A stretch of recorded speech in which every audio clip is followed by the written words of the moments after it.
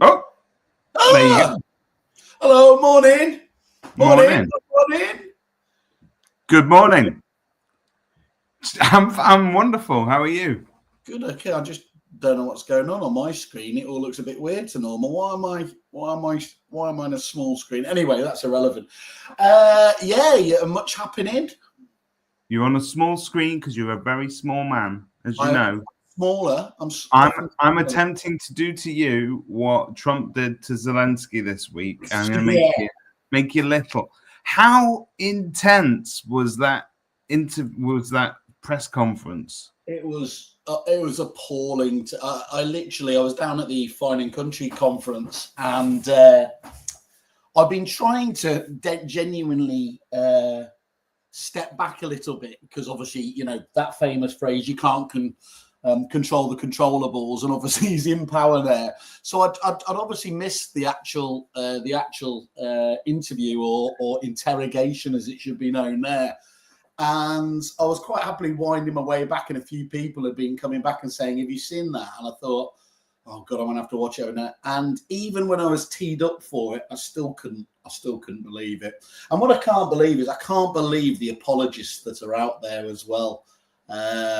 Making every excuse they possibly can for that behaviour. It's an interesting segue onto Russell Quirk, as you mentioned there. Yeah, because it is interesting because I think you can either choose to pick up on the very obvious bullying behaviour, or you can comment on the fact that the guy wasn't wearing a suit and tie, which seemed to offend somebody. Yeah.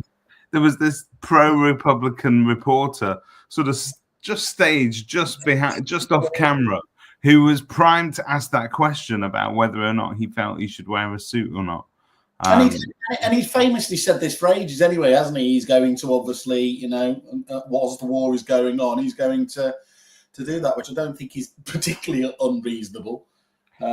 Especially when, Bone Spurs himself famously. I mean, the idea that those two can have a pop at him, a man who's dodged the draft on how many occasions, and there was Vance, the little pit bull, wasn't he, going after him, where he called the man next to him Hitler, and has obviously just removed his moral backbone and just towed the line. But what was super interesting is it comes politically sort of a day after what many consider to be Keir Starmer's best day in politics since he took office. Now he's got a bit of a problem. Well, have you just seen him on Laura Kunsberg? Actually, again, it's quite interesting because it's it's all about timing and events, dear boy, isn't it? He could have said, that they had put so much preparation into going and handling that American trip right, and then this comes out of the blue, obviously in that category of firmly did not need this problem. Yeah, well, he even went there with his little letter from the king. Which again is just the most amazing bit of pantomime I have ever seen play out on the screen. It's hilarious, and it says everything where we are as a nation and everything where our special relationship, that essentially our own version of Royal Disneyland is what we've got, the only thing we've got in reserve. You might question the value of the monarchy, but clearly we've now found out it's, come on, Charlie. Write us a letter to Trump we can take with us. That'll soften him up. I always loved, there was all that conjecture going on about whether the Queen, on what level did she actually despise Trump at that last one there. It would be fascinating to know what Charlie's view on that is as well. It's just so, I think the comment, it's so fast paced, isn't it? This Trump administration and the amount of stuff and news stories that they're generating, and it's all largely, if you thought they were just going to play it safe, they're going for everything that could possibly be the trigger point. They just don't care. The playbook is very clear. He clearly was lost in that first presidency, not knowing how to work it in his vernacular, how to handle the swamp and everything else, although he's the swampiest man there. But they're coming out. Did you see the latest one yesterday where they're going to make English the official language as well, just as another culture war issue, which I thought was brilliant, considering that man struggles with the English language more than any native-born person around as well. So it's mad, isn't it? I think that it's interesting, though, isn't it? That soft power element there. That essentially is what Britain has been particularly good at, hasn't it? I wonder if we are just going, if that is what we're designated for our future. Yeah, but like soft power only works in a system that respects, I don't know, that old-fashioned kind of gentleman's value. There are certain things we won't discuss, and there are certain things we're not going to argue about in public, and that rule book's out the window. So I don't know how much that soft. But I mean, clearly appealing to Trump's ego. He loves that whole pomp and ceremony that comes with visiting Britain. He loves that. Did you know the best thing I heard about him, which was the one that somebody was advising on? I can't remember who it was. And famously, and I think thank God for the rest of the world that he doesn't drink. He doesn't touch a drop, does he? But what he does insist on is having the very best wines at like the dinner table, so that he can obviously tell everybody out there that he had a Petrus or whatever else for everybody else. It's like I suppose it's quite interesting, isn't it? Maybe this is what we how are you telling me he just dangles a Chateau Neuf de Pape and says you can't open it because I'm teetotal? But look at it. I got this one from the Queen. So yeah, this bottle came from the Queen there. It is hilarious though when they talk about negotiation, isn't it? So again, Piers Morgan, not known for known for buddying up to Trump and everything else, so says, "Oh, this has just made the deal 10 times more likely to happen." And it's amazing the justification when what's that phrase? When people let you know who they are, that's who they are, whatever it is. It's like there are. Surely what we're seeing this time is that there are no hidden levels here. This is literally kind of this is the play. I think it's quite dangerous because I think everybody wants to try and get along with him, and so what I think you end up doing is compromising your ideals in order to get there.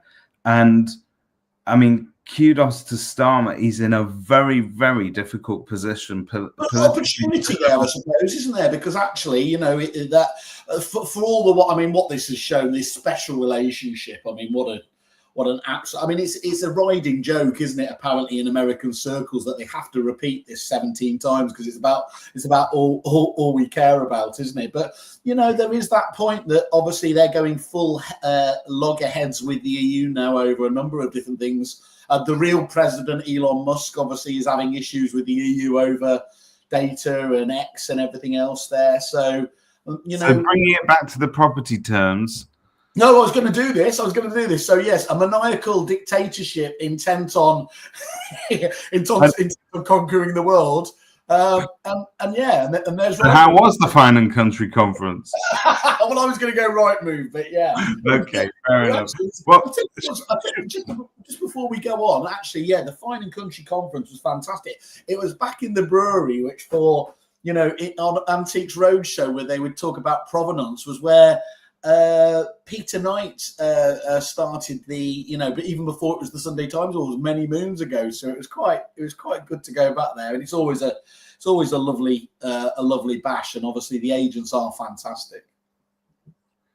Well, over to maniacal dictatorships. So it's interesting because I caught up with the lovely Sean Adams on Friday to ask him about his campaign, and I've done a little bit of a write-up on it here. But it really is. When I saw it in the news the first time, I thought, do you know what? Why are they bringing this up again? We've tried time and time and again. Why do you go back to it? And I know Sean. Sean is not necessarily an agent that just does it for noise and attention. He doesn't need it. But he genuinely does believe on principle that something needs to be done. And as he said to me in the conversation that we had on Friday, he's not saying he doesn't want to be a Right Move customer. No, he's just saying it's not an effective tool to market your properties. In fact, he says the opposite. He said it's such an effective tool that his vendors effectively insist on being on there. Which you hear many times over there. But it's just the it's just the pricing structure, and it's just the sort of the policy of increases. The perceived unfairness, isn't it, about, you know, personal hybrid agents getting one pricing structure there, corporates obviously. And I think, you know, when you and I, obviously, when we're doing our supplier review sessions, our MOTs with agents, and inevitably, obviously, whether we start off with it or we end up with it, when it gets the right move and everything else, everybody understands that agents, corporate agents, larger agents should get a discount.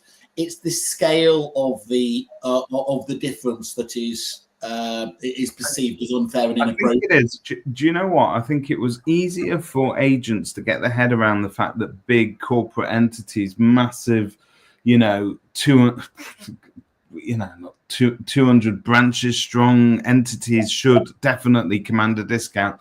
We all understand that bulk buying power should give us a bit of leverage with any supplier. So in principle, I think they accept that. What they find harder to accept, and they almost see as almost like a short circuiting of the rules here, is the independent single self-employed agent models as being really unfair, because whereas they do have the numbers, the actual figures that those independent agents are then paying to their network, so EXP, for instance, or whatever it is, I mean, it's fairly well publicized. It's a lot lower than if they went and set up their own branch tomorrow. And that's the whole point of it. There should be some sort of benefits to joining a network like EXP. And one of the many, many, many benefits is the fact that you get a fairly decent out-of-the-box portal offering for a fraction of the price if you were setting up on your own. And I think just understanding it as well, isn't it? Understanding that model where it's, there's so few people that can get their head around, obviously, the pricing when it goes in. I can't even remember what it's called. Is it the geo pricing model or whatever it is that the person agents do? But, I mean, if we put this into context again there, and look, obviously it came out at a time that their profits and everything else were announced. I think I was quite interested, actually. I always just pay a little bit of attention just to see, where the subscriptions are going. And I think it's 19,000 subscribers there again. Obviously, there's new homes in there as well, but that was, it did dip just below that. So it's gone up a little bit. Obviously, at the average revenue, wasn't it? Was £1,500, which is, on the face of it, staggering. But and what's really interesting for me here is I cannot see massively that any other portal has been the sort of key factor that has slowed them down at all, or stopped them from having that dominance. That doesn't seem to be happening. The other two portals might be trading users amongst themselves, so they may be hemorrhaging a few to one or the other, but it's not happening. It's not happening. I think. Yeah, I mean, look, let's be honest as well. I think those two portals, before CoStar got involved, I think they had stopped even making the fight that there was, that there was a competition between the portals, weren't they? They were doing different things. They were adding different value. ZPG obviously had all the CRM brands in there. They've got Yorkies. They've got other elements there. Jason Ted was doing fantastically well with, obviously, those supplier deals with the likes of Sprift and everything else there. CoStar coming on, obviously, have ripped up the playbook again. Obviously, if we ever thought it was possible, a bigger gorilla in the room, and that's obviously we're still waiting to see how that transpires. Obviously, with the impending, you would imagine, rebrand to homes.com, that's going to get very interesting. I think a lot of agents are just sat around waiting. But just to go back to that, that average revenue point. So if it's £1,500 a month per one there, it's how does a corporate agent get it for £300 around that mark? That's what's interesting is the figure that Sean gave me on Friday when we spoke. He said, "Did you know that Rightmove now earns £433 for every property sold in the UK listed on their platform?" Right. So if you think about that, it's higher than what those agents are paying for a month of subscription. Yeah. No, that's insane, isn't it? But those, and I think that's it. We've never really sat down as an industry and got out our calculator and went, right, well, how much does it actually cost us on a per property basis to list this? So we know what that sort of earns Rightmove on a per property basis. And it's up to us to work out what our other marketing costs are as well. But I think it's probably fair to say. John McGraw of Australia, a listing's a liability until the moment it's sold. That plays into that rhetoric particularly well, doesn't it? In terms of why would you not kind of try and suss that out in terms of where you're going with stuff? I sort of tried to take a devil's advocate angle and tried to sort of tease out as Sean, and I think he shot me down in a nice way. So I basically said to Sean, I said, is the real reason that we as agents get pissed off at Rightmove increasing their prices is that it reminds us how shit we are as an industry increasing our prices? Because in real terms, everything's gone up. Everything's gone up. In 20 years, everything has gone up. So you know, doing something now is going to cost more than it did last week or a month ago because of inflationary measures and etc. And time and services move on. There are certain things that seem to come down, and those are the ones that we can now dish out to AI, etc. But in real terms, agency commissions always been worked out on a percentage. The highest really on average is seen as being 2%, and we know that those agents are few and far between. We know that Simon Ledbetter's a fantastic voice of the agent report highlights again, doesn't it, just how few agents are getting those top dollar fees. Correct. And I need to dig out that report again and just see exactly what the averages are this year. But I know that in certain pockets of England, amidst massive competition, which we all have in our different pockets and different towns, you can go and pick up a really great agent for 0.75%. Easy. Yeah. And so in real terms, that's never really, rather than go the other way and increase costs, we've gone the other way and sort of tried to race it to the bottom.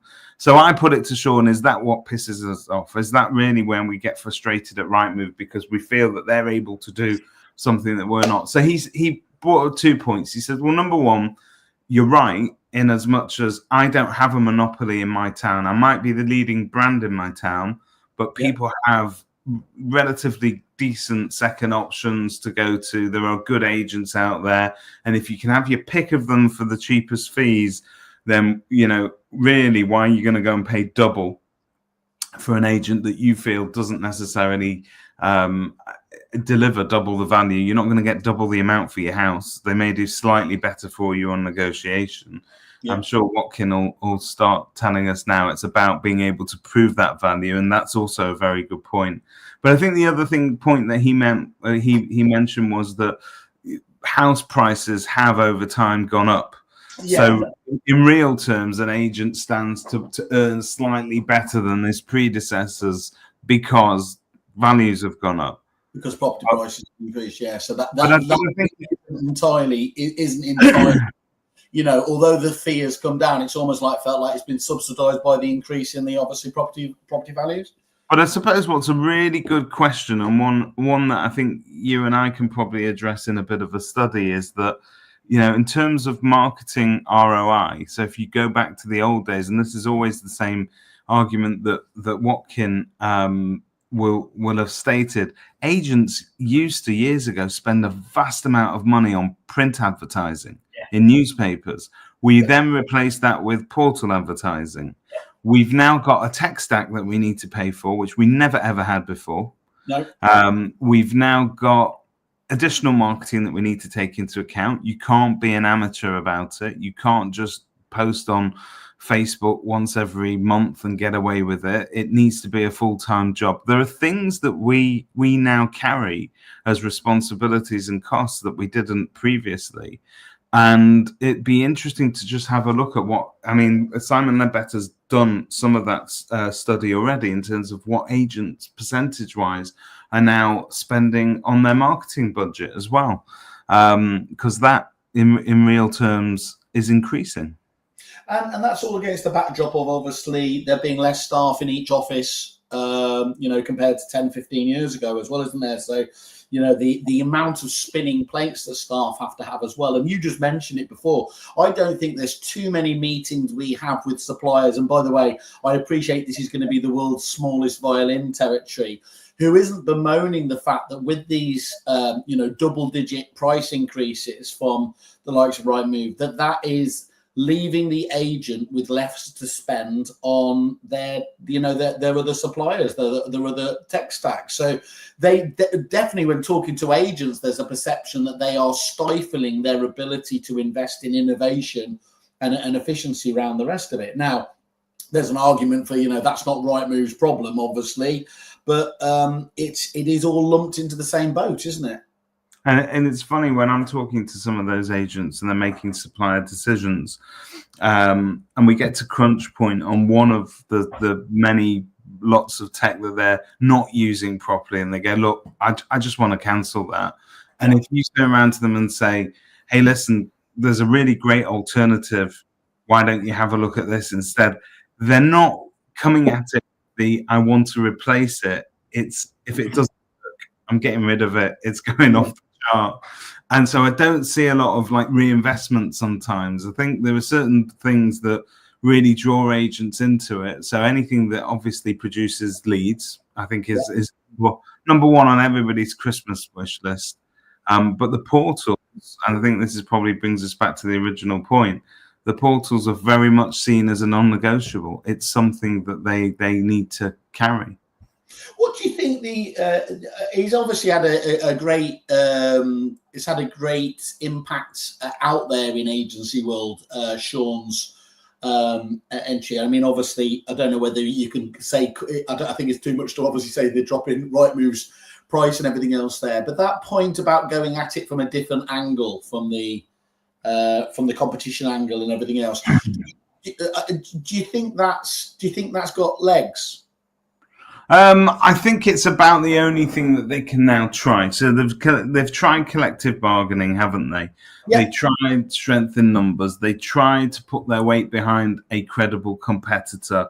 Sean will tell you he was one of the earliest supporters of Agents Mutual. He's probably still got his share certificate somewhere for what it's worth. And he honestly, the reason why they got behind that in the first place was that they thought that could actually change the monopoly and the status quo. And it never did. So I think that this might, but as Sean said, don't just sign a petition, because petitions, I think, are just lip service. He wants the CMA to receive letters, which is an interesting ask as well. That's never been asked of agents before. No, it's a great point here by Chris, though, isn't it? Is Rightmove's actual customers aren't estate agents or sellers, it's buyers. Sellers only list because buyers are there, and agents only pay because sellers expect it. A perfect paradox. I remember talking to, I think it was my sales manager, Peter Fennick, fantastic lad, who went on one of Adam Walker's training seminars back in the day when Adam was doing that. And he made the point that back in the old days, you as agents would be the arbiters of the secret knowledge. You'd have all the brochures, there collectively, you'd know the best ones and everything else. And when Rightmove came along, the portals came along, it was like throwing all of those brochures out into the street. But the problem with that was you then lost the control, didn't you? And people have tried to kind of drag that back a little bit, stopping their listings going to the likes of Rightmove for 48 hours or longer or everything else there. Yeah. It feels like it's very bitty, doesn't it? And once you've had, just as we have with fees, once you've had that race to the bottom, it's very difficult to bounce back from it. It's really interesting because you just reminded me of it. I got a phone call on Wednesday, and it was from a random guy who said that his dad had given me my mobile number, and it's because he's getting married and he's looking to buy a flat for him and his fiance. Yeah. And I said, "Oh, that's great, but you should really call Normie direct because, I'm no longer doing this day to day." And he said, yeah, I will call Normie direct, but I've come to you because they tell me that a lot of the transactions that happen in the marketplace. The best stuff is off market. And I just thought, if you hear of something, you could maybe keep me in mind. And it's interesting in the mind of the public, there is a lower draw which the agent keeps some secret source in. And I wonder how true that is, though, in reality. I think we got trained a long time ago by Rightmove and everybody else to basically put it all out there online. And it's really interesting if we talk about off-market sales for just a microsecond. Yeah. You can do as many off-market sales as you want, but your bragging rights are few and far between. You can't put boards on it. People don't see the stock numbers on your website. Yeah. And if you don't bag an off-market sale on your first attempt and it fails, very often the vendors see that they've tested you and your local market knowledge, and then they go, actually, that didn't work. I'm going to somebody else. So, yeah. And it's so hard, that, isn't it, as well? I mean, when you do hear people going about off market and they're going to, they're not going to immediately launch on Rightmove, that difficult conversation with the vendor, isn't it, or the vendors, isn't it, as to what you're not launching this straight away on the biggest portal. So you have to be able to sell a benefit to them, and you have to sell that benefit of sort of going through that staged process of let's try 2 weeks like this, let's try 2 weeks like that. But ultimately, the vendors are very excited to get on the market. And it's almost like the only tangible thing that they can do in terms of pride, so that they want to be able to say to their friends and family, look, we're on the market. Look how lovely our photos look. So, that's the moment when they see it on Rightmove. It's their moment of fame. They get to go, they're on the telly as far as they're concerned.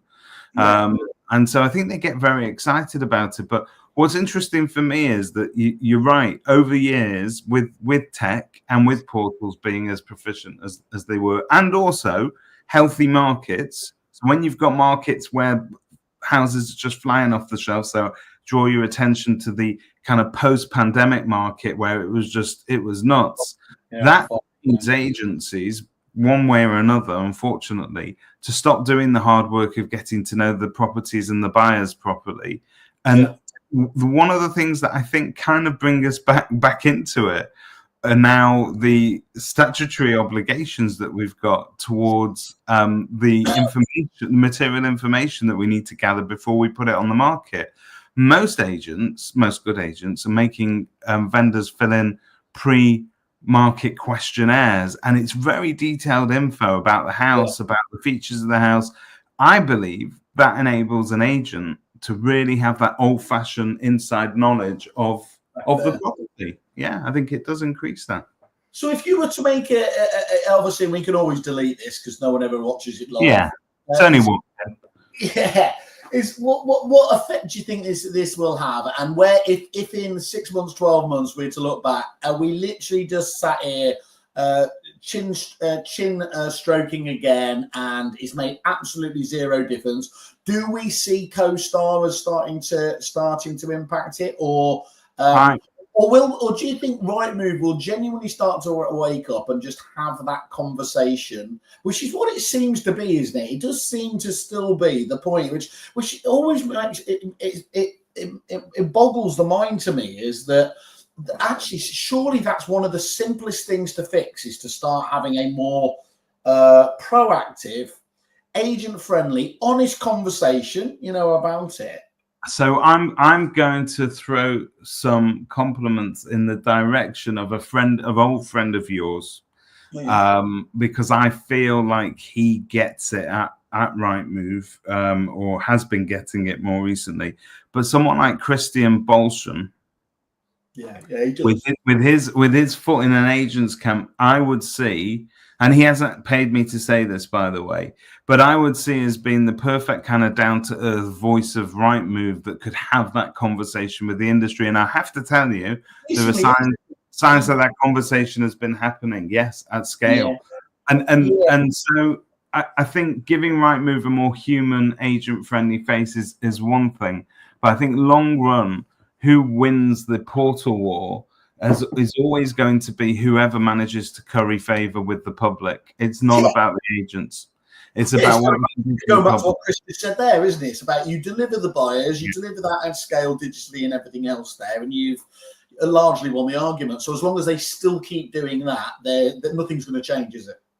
Oh, questions. Hey, Sean, how are we doing? Sean at Inventory Base. Should agents do more than just sign up the vendor for 6 weeks by giving them an actual roadmap of their activities, i.e. when it goes to the market, use of social media, when they can see their property on the portals, regular check-ins, actual dates and times, rather than when they have done it, sort of news, post news. I think that's true. It sort of goes into, don't they? I mean, genuinely, that's what the few and far between, but that's what very much what the 2080 rule, the Pareto best agents are about. But it's the difference even in the terminology the wanky terminology we now use in this day and age, whereas before it was a book on or a sign up, which is basically the guy signed on a paper, she's booked it on, it's gone in, it's in there. Yeah. Now we're calling it onboarding. And onboarding, it gives you that sense that you are getting to know a customer. You are going to manage their expectations, talk them through that journey, tell them about what's going to happen next. And actually, Sean's probably right, because that's quite a clever move. Because if it's a disempowering process handing your house to an agent to market, because the minute you sign that piece of paper and put it in their hands, they have all the power in terms of marketing and what happens with it. You're a backseat driver at best as a vendor, and so you are along for the ride, but you want to see some very real results, and that's what you're judging your driver on. But if the driver keeps leaning over their shoulder and going, right, in about a minute, I'm going to take a left because this is a really good shortcut and this is what we're going to do. And then we're going to go here and then we're going to go there. It sort of manages your expectations. So yeah, in real terms, I think an agent can now you can build a marketing plan out for a start, because that is one of the most important things that we now do. We now no longer just progress sales. We used to think our secret sauce was just in how we handled sales progression. In actual fact, if you're no good at marketing, that member of the public has no right being with you as selecting you as an agent. They should just go to somebody who does understand marketing and leverage and all of those things. So I think, it's a very interesting debate, the portals. It always pushes us back in this direction. But what it also does is it highlights the positively, I think, the changes that have come about in the industry in terms of what agents now do to market properties, and the other agents using social media to great advantage, but like on a professional level. So I just think we should take stock of where we are.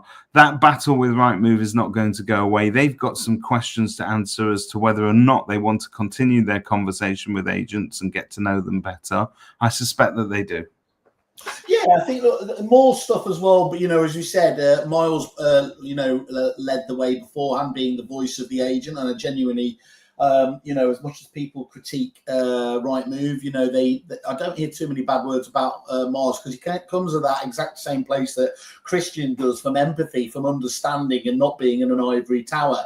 I think more and more stuff, and look, we're going to come on to it now. Obviously, the likes of the Women in the Estate Agency conference there again. Great to see, Rightmove, as tiny as it will be. I think it's a really important thing to be seen backing a conference like that as the key sponsor. So we critique them when we need to, but I think that kind of element is really, that kind of support is really important. So we are going to now segue nicely into everything Women in the Estate Agency this week, and there's been more stuff going on behind the scenes in property industry land. This headline pulled from The Guardian is nothing to do with the property industry, but it is again about. This is just about how sometimes all male team photos are not going down very well at the moment. Yeah. And I think this now brings me back to a more pertinent point. If you don't mind me being so personal, you've been involved in a webinar recently where they've had a reshuffle panel-wise. There has been another, and so there was a panel this week where one of the participants heroically, I have to applaud him, in the strongest possible terms, pulled out of the panel because it was all men and all suits. He needed some diversity there. Yeah, you've made that before. You've made that point before, haven't you, David? That actually, that's where I do think change comes, when actually the people who are actually going on these ones say, "Look, this doesn't feel like it's got the right balance there." But I don't. It's that whole. It's interesting taking it back to Trump. That whole DEI kind of thing is. I don't know if it's defined from the top is always the best. Is the best option for it, is it? Because sometimes. Well, I think you raise an interesting point that. That stuff that's happening across the water should not be viewed as, in isolation, that it's not going to come over here. There are companies here in the UK that already have sort of sister companies in the US, and they're starting to align their kind of anti-DEI stances, and they're sort of rolling back the clock on a lot of the kind of progressive progress that we've all made over the years. And I think, women's rights, any kind of diversity issues, they are very much now the battleground on which, we can just stand by and sort of say, well, woke went too far, it's political correctness gone mad, and we can all stand there and go and be that kind of man where you sort of go, wow, they're only speaking their mind. But you know where that got us? Brexit. Let them say their mind. Let them voice the racist views. Go on. Do I now start sobbing and saying it's been a really difficult time for me? And I think the irony I like, David, is out of all the things for me to be cancelled for, my gender is. No, I think heroically, you took the again. You take the view that absolutely there should be diversity on these panels, and I'm more than happy to give up my place on that, because yes, let's hear from people that we've not heard from before, but more importantly, it should not look like a prop tech gangbang when it goes ahead. And the other thing is, though, it shouldn't just be, we shouldn't be here, and we shouldn't then be going on every single webinar and then somebody's there. How many men are there? How many women are there? And everything else there.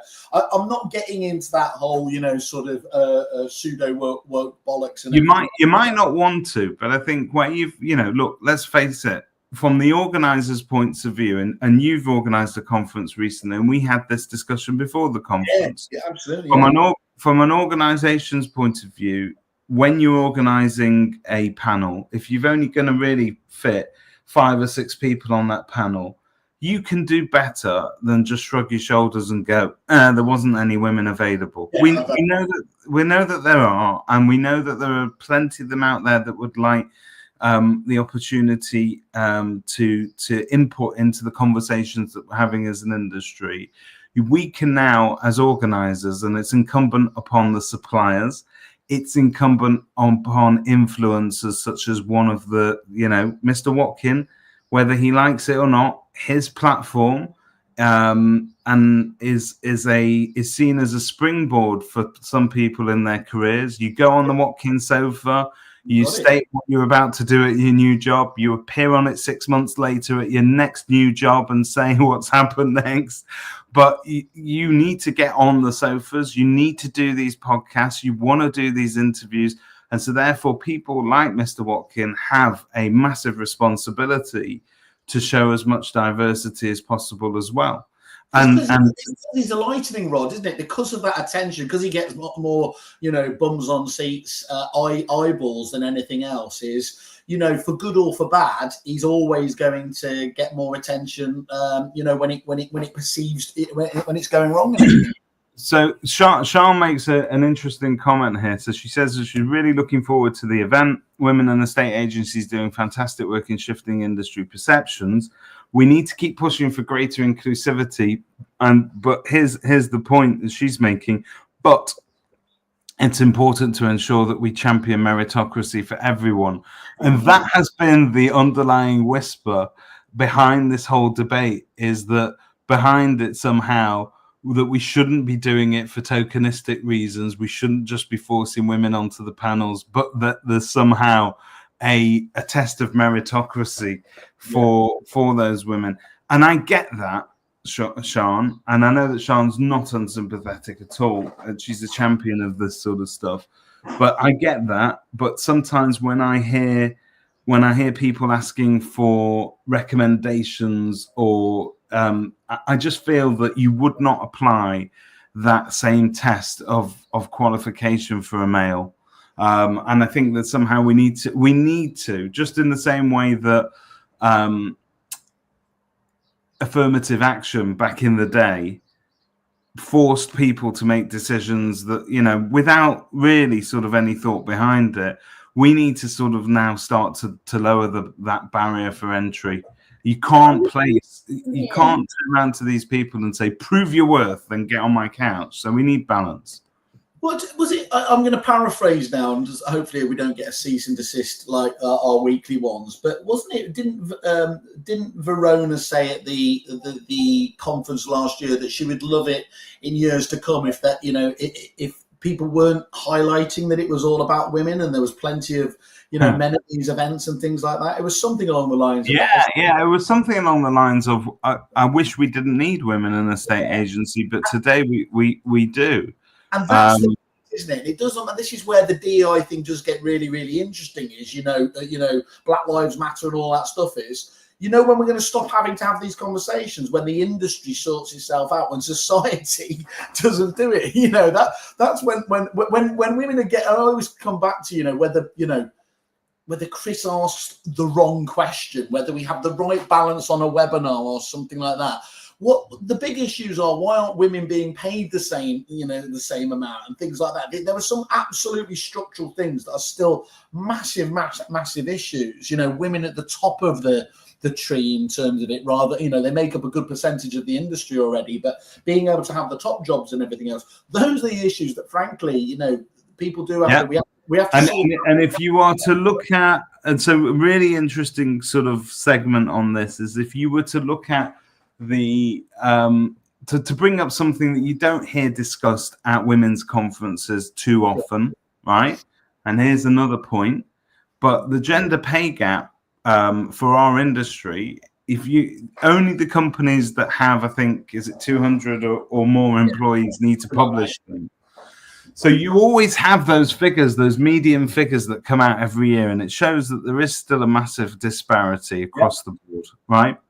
And that we've still got a way to go in addressing that.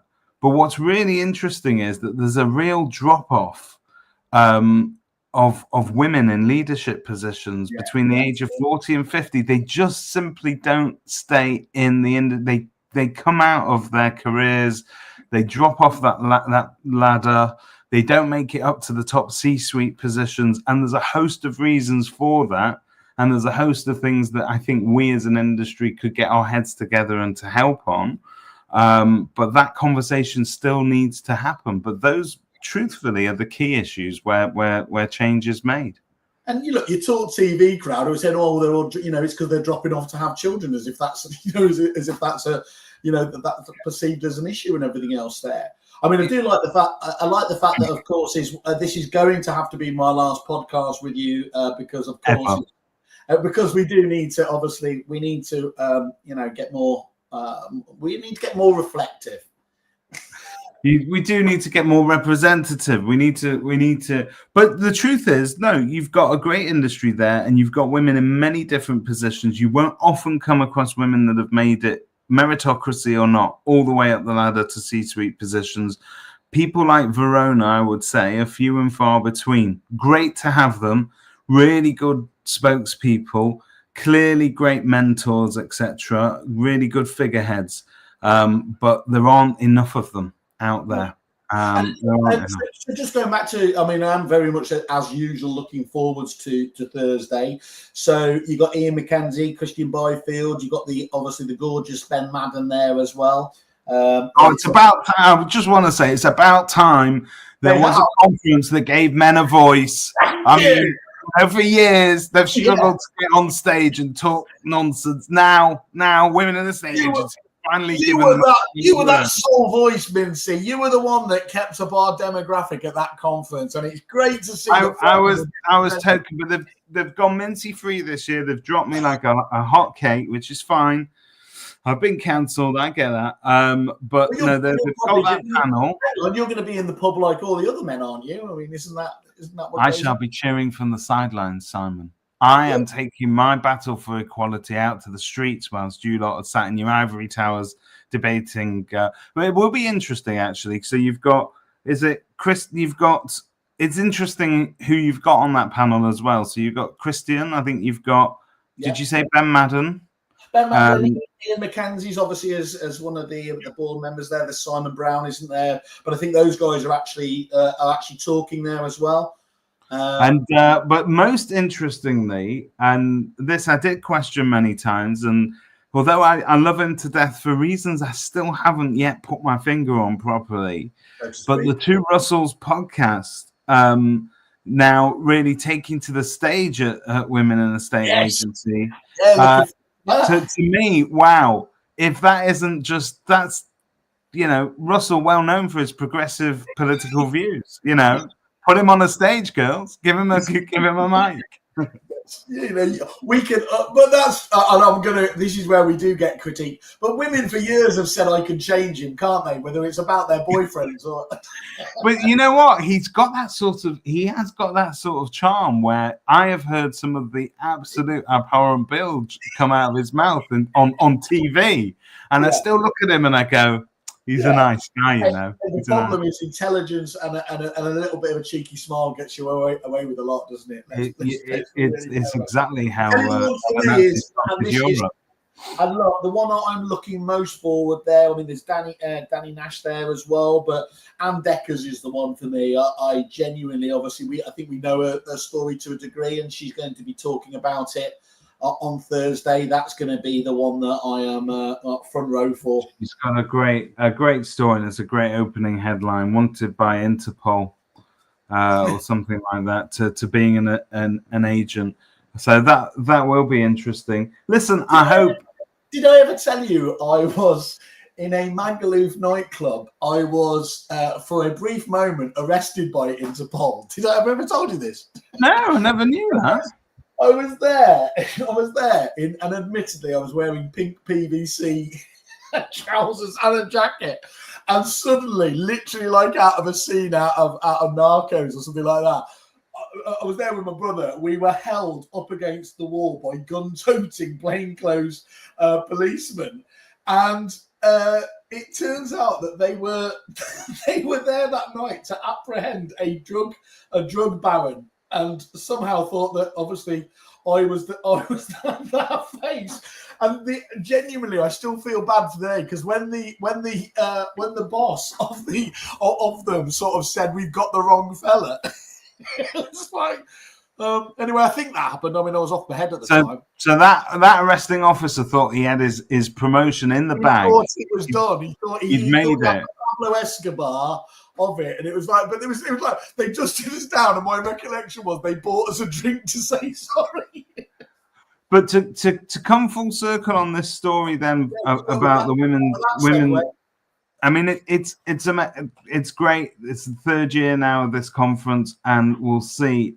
I would love to see these conferences not only just raise awareness, and it's a great way of sort of signalling that you are willing to be part of the solution rather than the problem, but the real change gets delivered and more quickly than perhaps we give ourselves credit for, because at the moment we are under threat from other ideologies coming across the water, and I think you'll find that it prevails in our politics too. That shift to the right could very quickly leave women feeling very disenfranchised. And so I just think that we've got a lot of progress still to make on these things. I hope it all goes well. But I think the easiest things that we can do as an industry, and certainly people on the supplier side of the debate, is that when we are planning events, when we're planning panels, if you're in a position of influence and you have a platform that you give to agents in the industry, just mix it up. It is now no longer acceptable to go out there with all male panels. You need to do better. We can do better. Yeah, spot on. No, I couldn't agree more. Right. So in wrapping up this week's property debate. You are off to that conference. You're off to another conference as well. You're off to UMove as well on Friday. Aren't we meeting up Mintz and Whale in person like the two Russells? Mintz, should we change our names so that they kind of So they alliterate Simon and Simon. So yeah, can we go for Simon? Maybe can I change my name to Garfunkel? Oh, that'd be lovely. And we'll just go Simon and Garfunkel. Well, that's it. So, Nick Neal, if you're listening, this is what's coming to your amazing conference on Friday. I mean, we should be should give ourselves a bit of a shout out because actually, View Agents who we acquired, they've just hit 1,000 clients, haven't they? So we're very pleased about that. So that'd be nice. Yeah, very much so. Yeah, no. There. And obviously, we're there delivering value on Friday, not because it's a fantastic bash at night as well. And what else is going on in the industry? What's going on, Huggy Bear style? What do you hear behind the scenes? I know you've got your ear to a lot of conversations, Mr. Whale. Is there any snippets you can share with us? Nothing that I can share as usual there. Oh. But, I tell you, but what is fascinating, the amount of, and I know that there's always these conversations going on, the amount of merger and acquisition activity just in the prop tech space is absolutely insane. I mean, it's like, there were so many conversations, so many people. And I think what's really interesting is this isn't about just ad hoc deals being done there. This is about people building together suites of kind of companies that are able to support their client bases. So I think. But do you think it's for the same reason that you see a lot of M&A activity in the kind of the estate agency side of things as well in terms of companies being traded? That it's seen as being that fast track for growth. So if you want to grow your brand, you could do it the hard way with ones and twos and organic growth, but that takes years and it takes a lot of effort. Yeah. It's really hard, isn't it? In most of these ones, being able to get different revenue streams and upsell, obviously, different products there is definitely the route forwards, because the minute you get that bump, whether it's on recurring income in, your rent roll on the letting side of things, or it's in the prop tech world, obviously, on your SaaS revenue that's all that matters. We had this conversation. Do you not remember when we were at the negotiator conference and Adam Walker, again, just to name check him again, was making that point that there's going to be a lot of activity both in agents this year and in tech. But in 5 years, he predicted that it was going to fall largely off the side of a cliff, because actually then it's going to reflect other industries like dentistry, like veterinary and things like that, where you're going to end up with super groups of large businesses that have largely been built from this merger and acquisition thing there. So it's going to be even more so than it is now. Some massive kind of corporates, franchise groups, and then your SME, personal agent enter the market. Yeah, you're right. It's a running joke locally.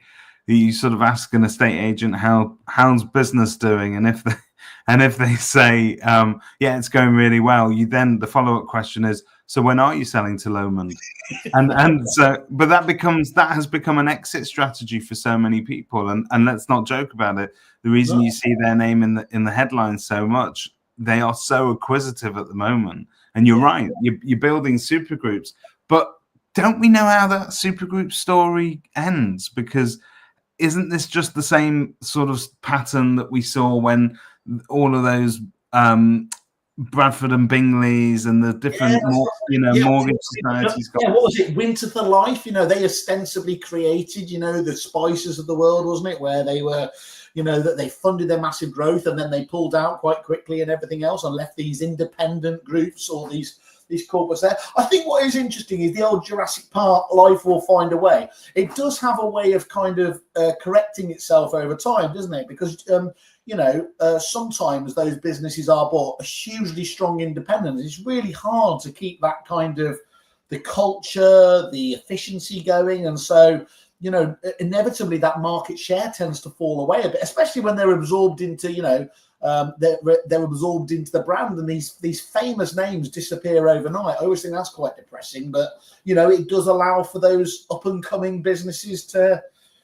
So in the prop tech landscape, then you see, smaller suppliers who either do the same thing and are competitors, or actually have allied products which gel together quite nicely. they're now joining forces. Is that what you're saying?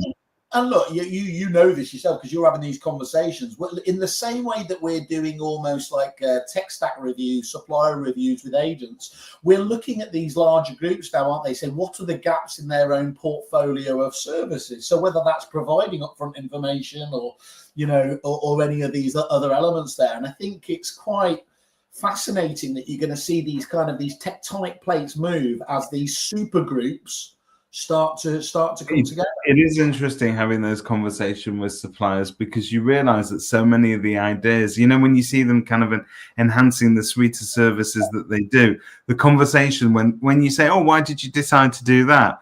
And they'll very often come back to the same thing. Well, we were already dealing with all of these agents, so it just seemed like a good opportunity whilst we've got them. And so that we were already doing ...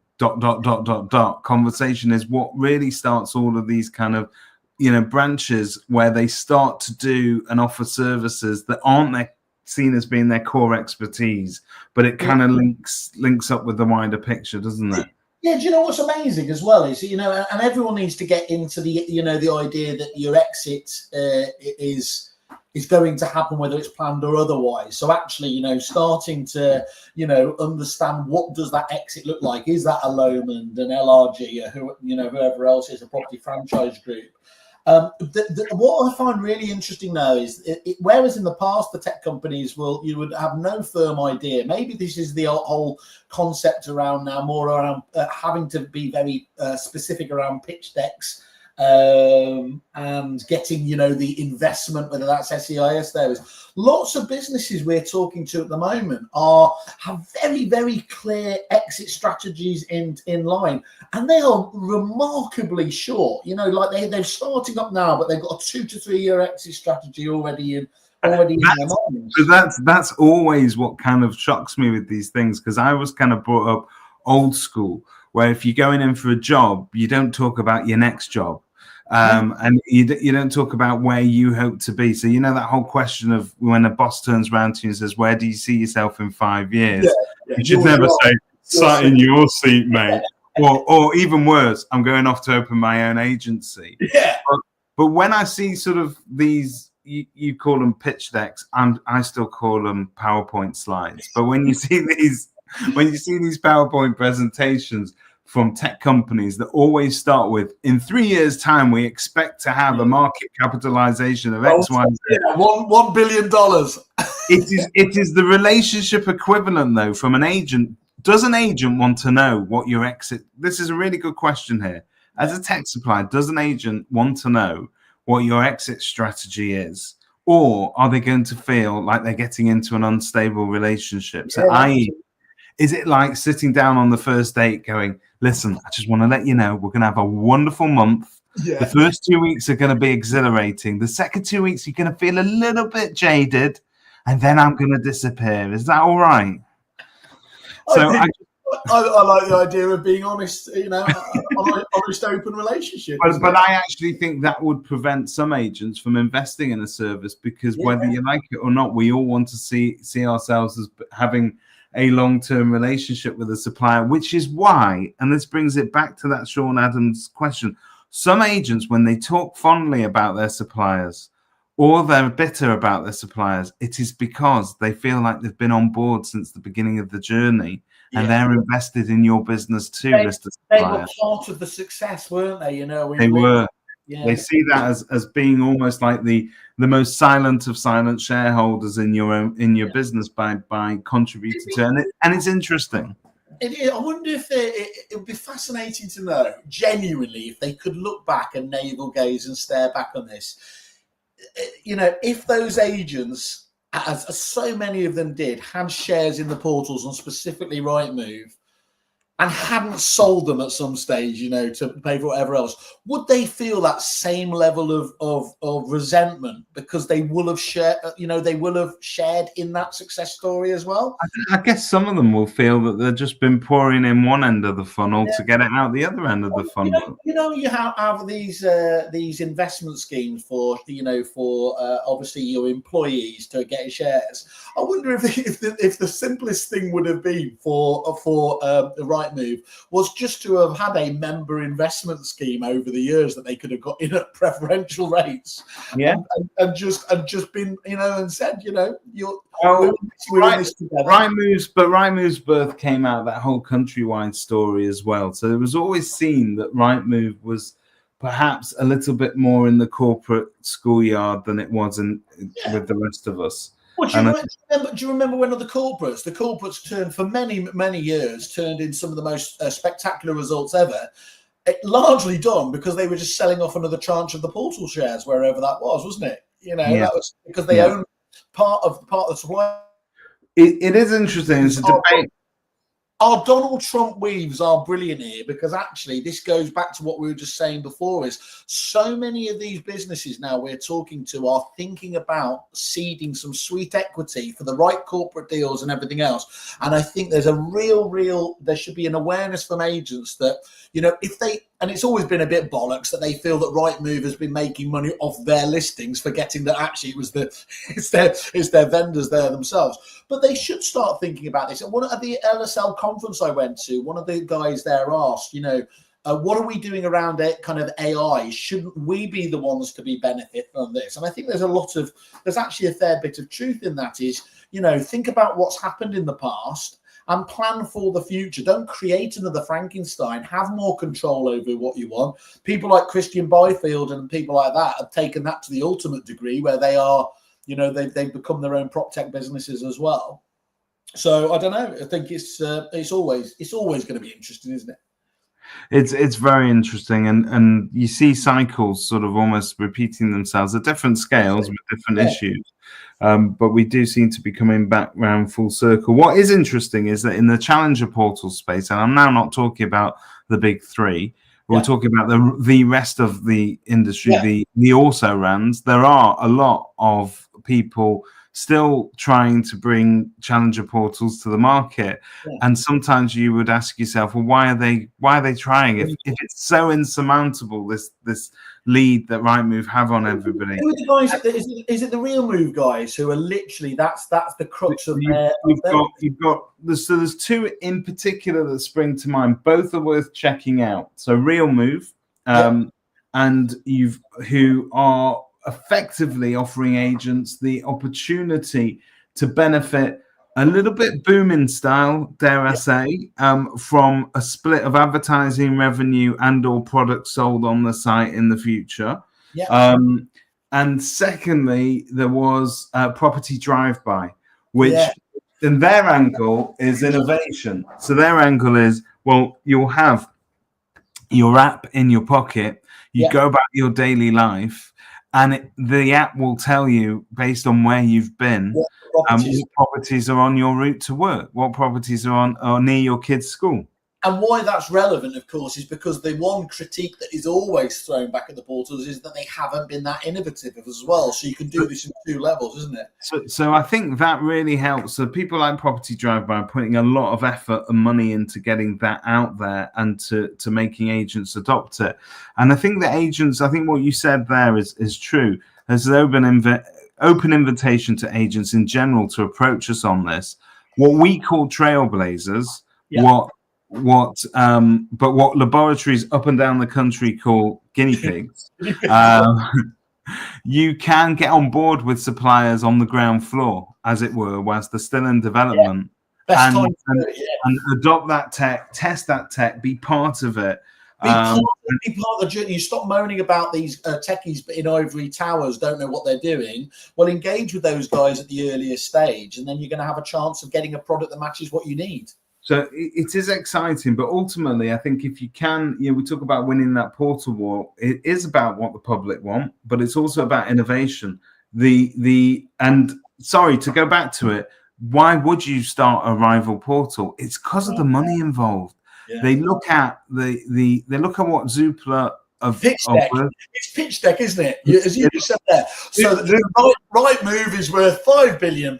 We only need to get 0.005 of that, and then there you are. We're billionaires. Yeah. But it is a harder battle to win, as we've seen. It is a harder battle to win, and innovation is few and far between. But I think the sleeping giant in all of this, and I think we all need to be aware of this, is that at any moment, if those portals, and I'm not saying that they do, but if those portals get really savvy, they'll understand that the real customer is not you or me who's paying for it right now, but it's the people who have been using it. They know their moving cycles. They've now got Rightmove have now got data on people on people that began their home move 3 years ago and could very easily now start pitching mortgage deals to them. Why not? You know, that's why it's no surprise whatsoever to me that realestate.com, the only other portal in the world that can make Rightmove's profit margins blush, was because they obviously 4 years have gone direct to consumer, obviously there, and largely because of the vendor paid advertising model there, having some areas, and this is I'll be out of date by now, charging $5,000 to $6,000 for a listing for somebody to go on realestate.com. That's not finished yet, is it? Because of course, you know, the unintended consequences of that unsuccessful bid will, I'm sure, have put in place some things that will be happening either internally at Rightmove or other people looking at Rightmove and thinking we can potentially do more than they are. And on this week of all weeks, ahead of the Women in Estate Agency Conference, I'm willing to let the last word go to a very wise woman, Sean Hemming Metcalf. And we're going to end the show on these sagely words of advice around suppliers.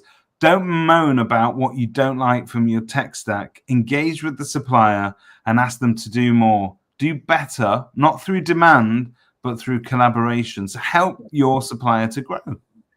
Now, just to jump back in and say I'm going to have the last word, do come up to me at the conference. I am shy and retiring. I said retiring. And, I'd like you to just come and tell me what I can do better. I won't listen, but, just do come and tell me. He wants to be part of the solution, not the problem. I really want to be like Alan Partridge. Oh, let me on the telly. I really want to be on that stage. Well, I hope it all goes well. Have a wonderful week, people. We'll catch up. Have a great one, property people. See you soon. See ya. Bye.